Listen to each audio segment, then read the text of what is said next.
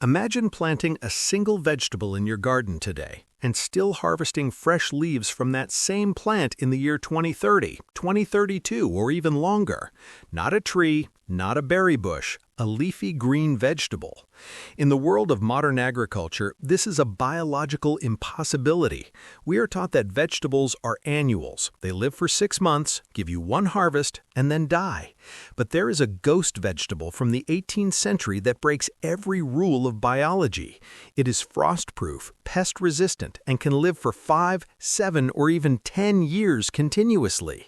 This is Daubenton kale, but here's the twist that will save you from getting scammed. If you search for its seeds online and buy a packet labeled Daubenton kale, you are being scammed. Those seeds will grow a weak, bitter imposter that will die in 6 months. I'm Frank Miller, and this is Heritage Garden Wisdom, where we expose the biological anomaly that the seed industry buried because a vegetable that doesn't die is bad for business. Subscribe right now and turn on notifications because the gardening industry profits from plants that require annual replacement. Share this video with someone who spends money on kale seeds every spring. Comment below telling me if you've ever heard of Daubenton kale before today. Most of you haven't, and that's exactly why the seed companies removed it from catalogs 70 years ago. To understand why this plant is a revolution, we have to travel back to France, 1780. The winters in Europe were brutal. When the snow fell, the wheat fields were dead, the orchards were bare. This period was known as the Hungry Gap, the terrifying months where the stored grain ran out and the spring crops hadn't started growing yet. People didn't just get hungry, they starved. But a French naturalist named Jean-Louis Marie Daubenton noticed something strange. He was tasked by the government to find a way to keep the sheep alive during the winter. He found a peculiar type of wild cabbage growing in coastal regions. It didn't form a tight head. It grew like a bush, wild, sprawling, and woody. And most importantly, when the frost hit and turned every other plant into black mush, this plant stayed green. Daubenton realized he had found a biological miracle. He started propagating it for the sheep. But then the peasants, the poor farmers who were tending sheep, started tasting it. They expected it to be tough and bitter like animal fodder. Instead, they found that the leaves were sweeter than any cabbage they had ever eaten. Suddenly, this sheep food moved from the barn to the kitchen table. For the next 100 years, Daubenton kale became the silent guardian of the European cottage garden. It was the cut-and-come-again plant. You could walk out into the snow, cut a basket of leaves for dinner, and the plant would simply grow them back the next week. It was the backbone of survival for generations of families who couldn't afford to fail. So if it was so perfect, why did it vanish? Why, after World War II, did this plant suddenly disappear from every seed catalog and every garden book in the Western world? The answer is not because it stopped working. It disappeared because a new enemy arrived. The year is 1950. The war is over. The Green Revolution has begun. The goal of agriculture shifted overnight. It was no longer about sustainability. It was about yield per hour. And in this new industrial machine, the Daubenton kale was a glitch. Modern agriculture relies on clear-cutting. Farmers want to drive a massive combine harvester down a field, cut everything at once, till the soil, and replant. But Daubenton is a rebel. It doesn't grow in neat little rows. It grows into a sprawling, chaotic bush that can reach 3 feet wide and 3 feet tall. It develops a woody stem, almost like a tree trunk that would shatter the blades of a modern harvesting machine. But there was a darker reason for its disappearance. In the seed business, there's a term called recurring revenue. If a company sells you a packet of standard curly kale seeds, you grow them, you eat them, and the plant dies in winter. Come spring, you're back at the store, wallet in hand, buying another packet. But Daubenton is a one-and-done product. If a seed company sold you a Daubenton plant in 1955, you would still be eating from it and propagating it for free in 1965. You would never need them again. To a corporation, a vegetable that doesn't die is not a product, it is a threat. So they simply stopped listing it. They removed it from catalogs. They stopped teaching it in agricultural colleges. They buried it alive.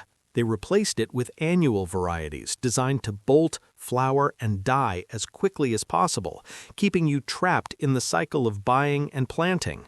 Why is a 200-year-old plant biologically superior to the high-tech hybrids we have today? It comes down to the root system. An annual vegetable is a sprinter. It has a shallow root system because it knows it only has a few months to live. It sits in the top 6 inches of soil, screaming for water and begging for fertilizer. Daubenton is a marathon runner. Because it lives for years, it establishes a massive, deep, perennial root system. These roots punch down through the hardpan clay. They go deep into the subsoil, where the minerals are locked away, mining nutrients that annual plants can never reach. Calcium, magnesium, iron, it pulls them up and deposits them into the leaves. This is why when you eat Daubenton, you aren't just eating fiber, you are eating a multivitamin that the plant spent 5 years extracting from the earth. But the real shocker is its sugar content. Most plants have a biological imperative: reproduction. They spend all their energy trying to make flowers and seeds. As soon as a kale plant starts to make flowers, the leaves turn bitter. But true Daubenton is sterile. Due to a genetic anomaly centuries ago, it lost the ability to flower easily. It almost never produces seeds. This sounds like a defect, right? Wrong. It is a superpower. Because it cannot make seeds, it has nowhere to send its sugar, so it stores all that energy, all that sweetness, and all those nutrients in the leaves. It stays permanently in the vegetative state. This is why Daubenton leaves are sweeter, nuttier, and lack that sulfurous cabbage funk of modern kale. And this brings us back to the scam. Because the plant is sterile, it does not produce seeds. If you see a packet of Daubenton seeds for sale, ask yourself, how did they get seeds from a plant that doesn't make seeds? The answer is, they didn't. They are selling you a hybrid, a fake, a plant that will flower, will turn bitter, and will die in the first year. If there are no seeds and you can't buy it, how do you get it? Since you cannot plant a seed, you must perform a cloning operation. Daubenton propagates through cuttings. You are literally taking a piece of the living parent and creating a genetic copy. First, finding the source. Do not look at commercial nurseries. You need to go to the underground network. Search for permaculture groups, heritage seed libraries, or local food forest forums. There's a community keeping this plant alive. Ask for a Daubenton cutting. Once you have that cutting, a simple 4-inch stem, here is exactly what you do. Strip the bottom leaves off, leaving only the top tuft. Push that bare stem directly into a pot of moist soil. Bury it deep, about halfway up the stem. Keep it in the shade. Do not put it in the sun. In 3 weeks, the sleeping nodes on the buried stem will wake up and explode into roots. You have just created a clone. Plant this clone in your garden. Give it space, and then do nothing. The biggest mistake modern gardeners make with Daubenton is pampering it. Do not overwater it. Do not baby it. This plant has survived French winters and world wars without your help. Let it struggle a little. The struggle makes the roots go deeper. The deeper the roots, the sweeter the leaves. Within 1 season, you will have a massive bush, and when you want more plants, you just snap off a branch and repeat the process. 1 plant becomes 10, 10 becomes 100, free food forever. Subscribe to Heritage Garden Wisdom right now. Comment below if you're going to try propagating Daubenton kale. Share this video with someone who needs to understand that the most powerful technology doesn't need a patent.